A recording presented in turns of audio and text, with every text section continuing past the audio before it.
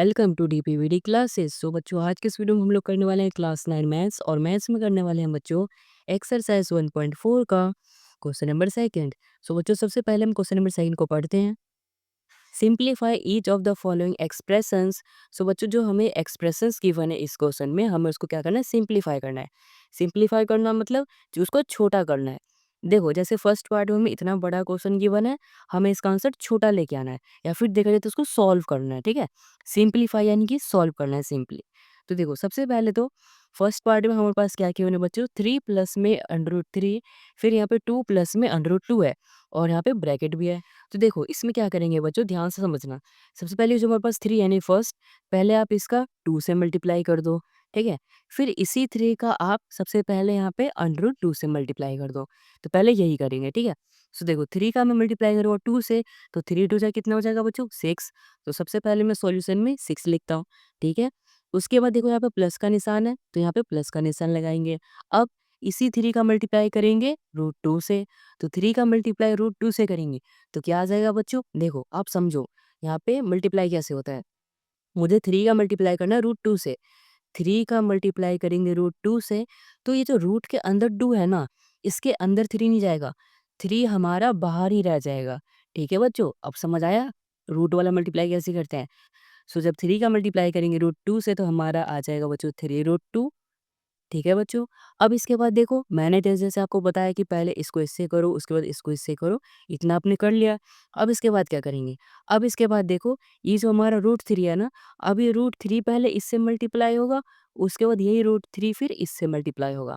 ठीक है, मतलब पहले पहली वाली टर्म इससे मल्टीप्लाई, फिर इससे मल्टीप्लाई, फिर दूसरी वाली टर्म भी इससे मल्टीप्लाई और इसी से मल्टीप्लाई। तो अब √3 जो है 2 से मल्टीप्लाई होगा। अभी मैंने आपको बताया था √3 को अगर हम 2 से मल्टीप्लाई करेंगे, तो ये जो 2 है ये सिर्फ़ उसके बाहर आ जाएगा, उसके अंदर नहीं जा पाएगा। तो 2 हमारा बाहर आ जाएगा और अंदर में सिर्फ़ √3 रहेगा। तो हमारा आंसर कितना आ जाएगा, यहाँ पे देखो प्लस का साइन है, तो प्लस में आ जाएगा बच्चों 2√3। ठीक है बच्चों, आई होप आपको समझ में आ रहा होगा। अब इसके बाद देखो, यहाँ पे क्या √3 का मल्टीप्लाई करेंगे √2 से। सो यहाँ पर ध्यान से समझना, √3 का मल्टीप्लाई कर रहे हैं √2 से।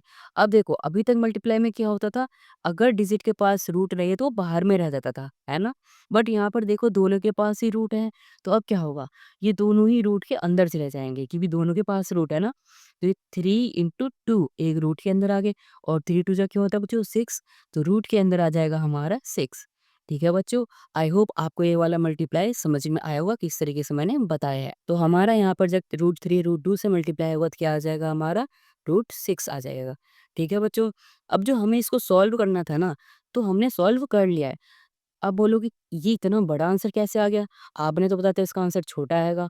बच्चों देखो, इसका आंसर हमें सिंप्लीफाई करना है, यानी कि सॉल्व करना है। अब हम इसको आगे सॉल्व कर ही नहीं सकते, क्योंकि ये 6 है हमारा, ये √6 है, आपस में ऐड नहीं हो सकता। ये 3√2 है, ये 2√3 है, ये भी आपस में सेम नहीं है, तो इनको हम ऐड नहीं कर सकते।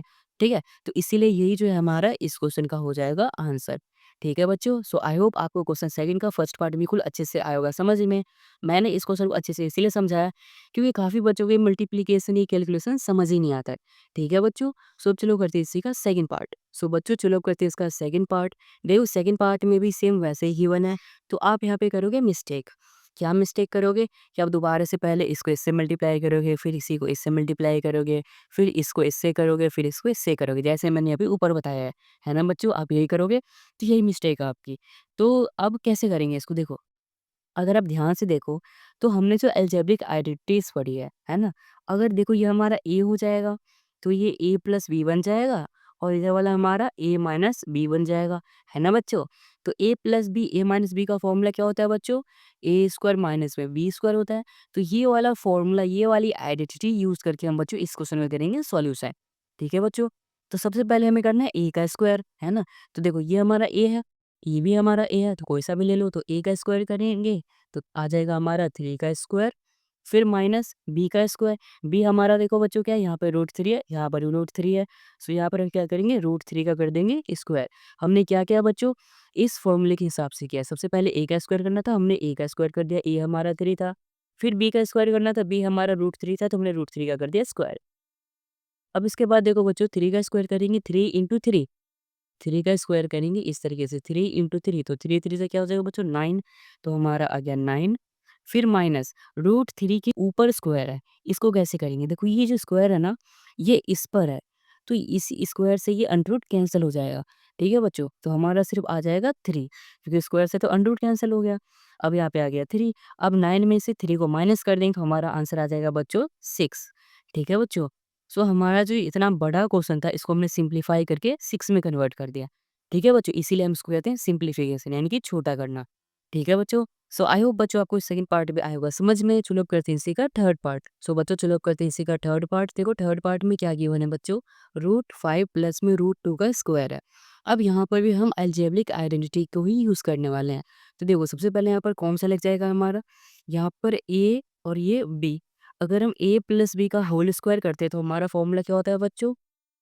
ए स्क्वायर प्लस में बी स्क्वायर प्लस में 2ab ठीक है बच्चों ये हमारा क्या होता है फॉर्मूला होता है तो देखो सबसे पहले ए का स्क्वायर करना है फिर बी का स्क्वायर करना है तो ए क्या है हमारा √5 है तो सबसे पहले बच्चों हम क्या करते हैं √5 का कर देते हैं स्क्वायर उसके बाद फिर प्लस में बी स्क्वायर बी क्या बच्चों √2 तो यहाँ पे कर देते हैं √2 का स्क्वायर फिर प्लस में 2 इंटू ए बी ए क्या है हमारा √5 और फिर इंटू में बी क्या है बच्चों हमारा √2 ठीक है यहाँ तक आपको समझ में आया होगा अब देखो ये स्क्वायर से ये कैंसिल हो जाएगा तो आ जाएगा हमारा 5 उसके बाद इस स्क्वायर से ये रूट कैंसिल हो जाएगा तो आ जाएगा हमारा 2 फिर प्लस में यहाँ पर देखो ये रूट है ये भी रूट है मैंने आपको बताया था अगर रूट के अंदर हो कोई भी दो वैल्यू तो रूट के अंदर ही आ जाती है और 5 टू से कितना हो जाएगा 10 हो जाएगा ठीक है तो हमारा ये दोनों जब आपस में मल्टीप्लाई होगा तो क्या आ जाएगा हमारा 2 ठीक है